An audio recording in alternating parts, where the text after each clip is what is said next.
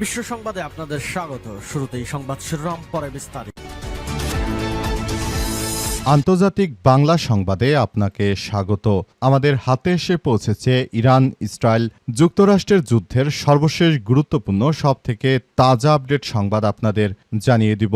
প্রথমেই জানাবো সবথেকে দুঃখজনক একটি সংবাদ। ইরান যুদ্ধবিরতি করতে রাজি হয়নি, ভেঙে গেল যুদ্ধবিরতি, আবারও ভয়াবহ পাল্টাপাল্টি হামলা শুরু। হরমুজ ইস্যুতে সৌদি যুবরাজের সঙ্গে চীনা প্রেসিডেন্টের ফোনালাপ। আমেরিকা অনেক চেষ্টা করেও ইরানকে রাজি করাতে পারেনি যুদ্ধবিরতি করানোর জন্য।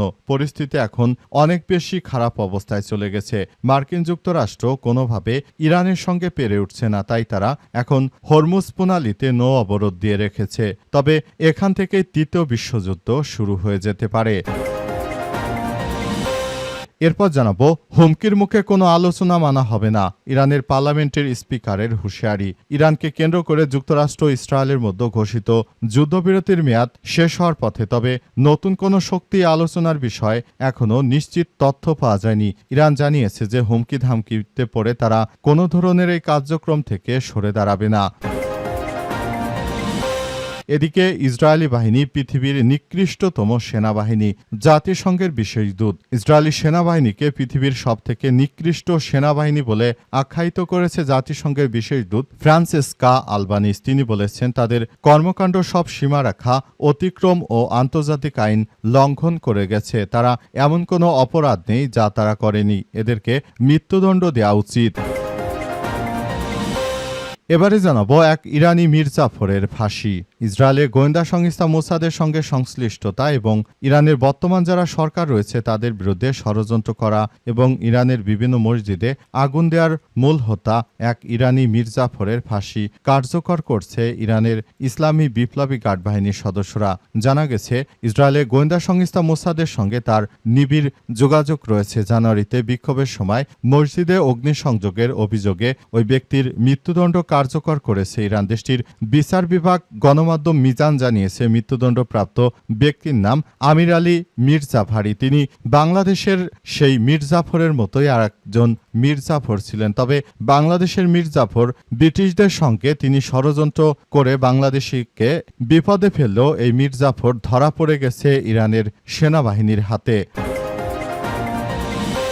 এবং সর্বশেষ জানাবো দৌলতপুরে দুষ্কৃতকারীদের গুলিতে বিএনপির স্বেচ্ছাসেবক দল নেতার মৃত্যু, আহত অন্তত 10। কুষ্টিয়ার দৌলতপুরে দুষ্কৃতদের এলোপাতারি গুলিতে বিএনপির স্বেচ্ছাসেবক দলের এক নেতা গুলিবিদ্ধ হয়ে মারা গেছে, পাশাপাশি অন্তত 10 জন গুরুতরভাবে আহত হয়েছে। আজ উপজেলার মরিচা ইউনিয়নের মাঝদিয়ার গ্রামে এই হামলা ও গুলিবর্ষণের ঘটনা ঘটে। প্রিয় দর্শক, এতক্ষণ শুনছিলেন সংবাদ শিরোনাম, এবারে বিস্তারিত।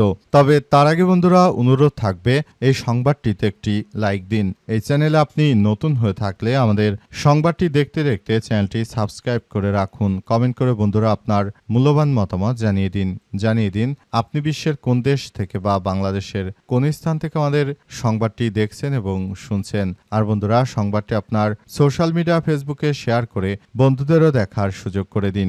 গাজা যুদ্ধে আপনি যদি নিরীহ ফিলিস্তিনিদের ভালোবেসে থাকেন কমেন্টে ইয়েস লিখে পুরো বিশ্বকে আমাদের এই সংবাদটি দেখার সুযোগ করে দিন। আর বন্ধুরা আমাদের এই সংবাদটি আপনার সোশ্যাল মিডিয়া ফেসবুকে শেয়ার করে দিন, যাতে করে আপনার বন্ধু বান্ধবরা আমাদের এই গুরুত্বপূর্ণ আপডেটটি জানতে পারে। আর কমেন্টে ইয়েস লিখে পুরো বিশ্ববাসীকে জানিয়ে দিন আপনি নিরীহ ফিলিস্তিনিদের পক্ষে রয়েছেন। হরমুজ ইস্যুতে সৌদি যুবরাজের সঙ্গে চীনা প্রেসিডেন্টের ফোনালাপ। সৌদি আরবের যুবরাজ মোহাম্মদ বিন সালমানের সঙ্গে ফোনালাপ করেছেন চীনের প্রেসিডেন্ট শি জিনপিং। এর সময় হরমুজ প্রণালী দিয়ে জাহাজ চলাচল স্বাভাবিক রাখার আহ্বান জানিয়েছেন শি জিনপিং। তিনি জানিয়েছেন যে হরমুজ প্রণালী নিরাপদে রাখার জন্য আমাদের এখনই আরও বড় ভূমিকা পালন করতে হবে। তিনি আরও জানিয়েছেন যে হরমুজ প্রণালী অত্যন্ত গুরুত্বপূর্ণ একটি বিষয়। হরমুজ প্রণালী দিয়ে আমাদের জাহাজ চলাচলের ছাড়ার কোনো বিকল্প আমাদের এই মুহূর্তে হাতে নেই। সুতরাং আমরা মনে করি যে এই মুহূর্তে আমাদেরকে অবশ্যই এসব বিষয় খুবই গুরুত্ব সহকারে কাজে লাগাতে হবে। সে সময় চীনের পক্ষ থেকে আরও জানানো হয়েছে যে চীন চায় সৌদি আরবকে নিয়ে একটি শান্তিপূর্ণভাবে আলাদা একটি জোট গঠন করতে সৌদি আরবের উচিত মার্কিন যুক্তরাষ্ট্রের যে জোটে তারা রয়েছে বর্তমান এই জোট থেকে তাদেরকে সরে দাঁড়ানো উচিত, যাতে করে ভবিষ্যতে আরও ভালো কিছু হয় এবং তারা ভালো কিছু করতে পারে এমন একটি বিষয় তারা সামনে নিয়ে এসেছে। পুরো মধ্যপ্রাচ্য জুড়ে যে ধরনের একটি সংঘাতময় পরিস্থিতি এবং যে সমস্যাগুলো তৈরি হয়েছে সেগুলো মোকাবেলা করার জন্য আসলে এই মুহূর্তে আমাদের সবাইকে আরও বেশি দায়িত্বশীল ভূমিকা পালন করা উচিত বলে মনে করা হচ্ছে। পুরো মধ্যপ্রাচ্য জুড়ে দখলদার ইসরায়েলি বাহিনী এবং মার্কিন যুক্তরাষ্ট্র যে অবৈধ যুদ্ধ শুরু করেছে, এই অবৈধ যুদ্ধ থেকে আসলে আমাদের সবাইকে বেরিয়ে আসার মধ্য দিয়ে এগিয়ে যেতে হবে বলে সেখানে নিশ্চিত করা হয়েছে এবং সবকিছুর জন্য জায়নবাদী দখলদার ইসরায়েলি বাহিনী জড়িত।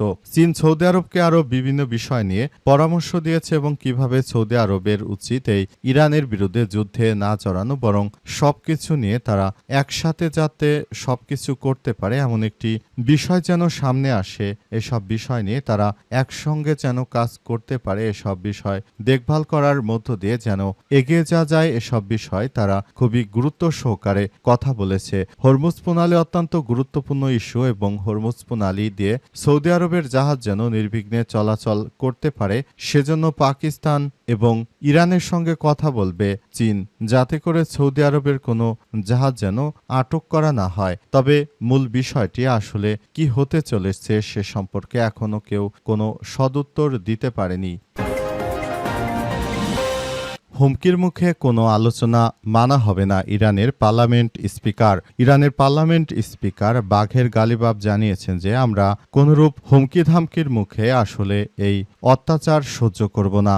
যদি মার্কিন যুক্তরাষ্ট্র আমাদের সঙ্গে কোনো ধরনের অন্যায় অবিচার করে থাকে তাহলে এটি তাদের জন্য জাহান্নামে পরিণত করে দেওয়া হবে বলে নিশ্চিত করা হয়েছে। পুরো বিশ্বজুড়ে এই মুহূর্তে যখন দখলদার ইসরায়েলি বাহিনী তারা যে ধরনের কার্যক্রম চালিয়ে যাচ্ছে এটি কোনোভাবেই আসলে সম্ভব নয়। পুরো মধ্যপ্রাচ্য জুড়ে ইহুদিবাদী ইসরায়েল ও মার্কিন যুক্তরাষ্ট্র তারা অন্যায়ভাবে ইরানের বুকে যে ধরনের আক্রমণ চালিয়েছে এর জন্য তাদেরকে অবশ্যই জবাবদিহি করতে হবে, তা না হলে আমরা যুদ্ধবিরতি মানব না বলে ছাপ জানিয়ে দিয়েছেন তিনি আরও মনে করেন যে পৃথিবীর সবথেকে নিকৃষ্টতম জাতি হচ্ছে এই জায়নবাদী ইহুদিরা। তাদের হয়ে আমেরিকা যে ধরনের যুদ্ধ করে যাচ্ছে এটি আমরা কোনোভাবেই মেনে নিতে পারি না। আমরা শুরু থেকে তাদেরকে জানিয়ে দিয়েছি এর পেছনে আমরা শুরু থেকে যেভাবে কার্যক্রমগুলো চালিয়ে যাচ্ছি আসলে এটি শুরু থেকে আমরা অত্যন্ত গুরুত্ব সহকারে সবকিছু নিয়ন্ত্রণের চেষ্টা চালিয়ে যাচ্ছি। তবে আমরা কখনো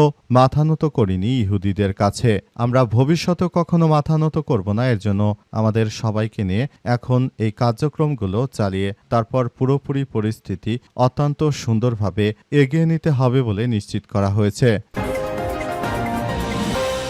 ইসরায়েলি সেনাবাহিনী পৃথিবীর নিকৃষ্টতম জাতিসংঘের বিশেষ দূত। ইসরায়েলি সেনাবাহিনীকে পৃথিবীর সবথেকে নিকৃষ্টতম একটি বাহিনী হিসেবে উল্লেখ করেছে জাতিসংঘের বিশেষ দূত। তারা জানিয়েছে যে পৃথিবীতে যত সেনাবাহিনী রয়েছে তাদের মধ্যে সবথেকে নিকৃষ্ট বাহিনী হচ্ছে ইসরায়েলের কুখ্যাত সন্ত্রাসী বাহিনী। এরা সেনাবাহিনী নয়, এরা হচ্ছে সন্ত্রাসী বাহিনী। কারণ এই সন্ত্রাসীরা যেভাবে নিরীহ ফিলিস্তিনিদের উপর অত্যাচার করেছে হামলা, তারপর তাদের উপর এমন কোনো অত্যাচার নেই যেটি তারা করেনি।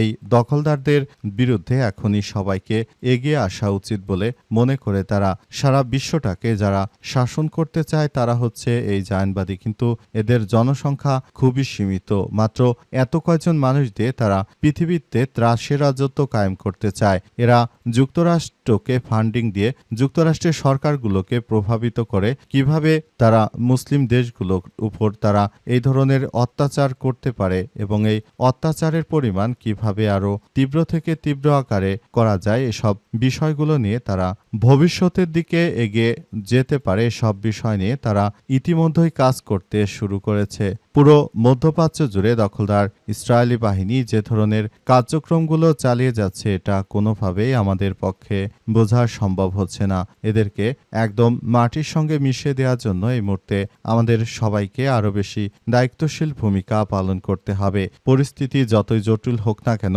দখলদারদের বিরুদ্ধে ইরানকে সর্বাত্মকভাবে কাজ করে যেতে হবে।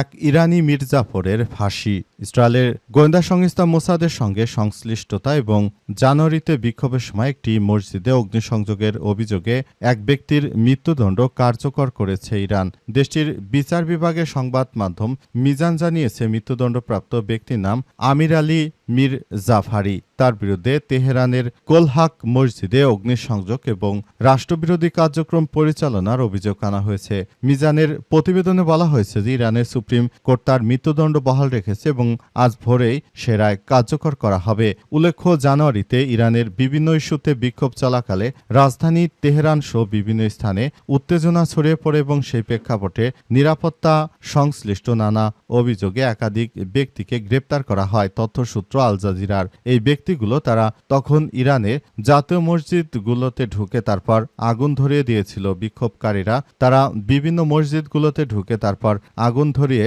পরিস্থিতিকে ঘোলাটে করার চেষ্টা করেছিল। তারা ইরানের সরকারের শাসন ব্যবস্থাকে পছন্দ করত না এবং ইরানের সরকার ব্যবস্থাগুলো ভেঙে ফেলার জন্য বড় ধরনের একটি উস্কানিমূলক কর্মকাণ্ড পরিচালিত করছিল। কিন্তু শেষ পর্যন্ত তাদের আর শেষ রক্ষা হয়নি। তাদেরকে যেখানেই পাওয়া গেছে সেখানেই তাদেরকে তছনছ করে দেওয়া হয়েছে। পরিস্থিতি খুবই ভয়াবহ আকার ধারণ করার মধ্য দিয়ে এগিয়ে গেছে এবং এই সমস্যাগুলোকে তারা আইডেন্টিফাই করেছে। অবশেষে এদেরকে ধরে ধরে তারপর ফাঁসির রশিতে ঝুলানো হচ্ছে। যারাই মির্জাফর হিসেবে সরকারের বিরুদ্ধে আচরণ করবে, এদের বিরুদ্ধে বড় ধরনের কার্যক্রম গড়ে তোলার মধ্য দিয়ে মূলত সরকারগুলো তারা এগিয়ে চলেছে বলে নিশ্চিত করা হয়েছে।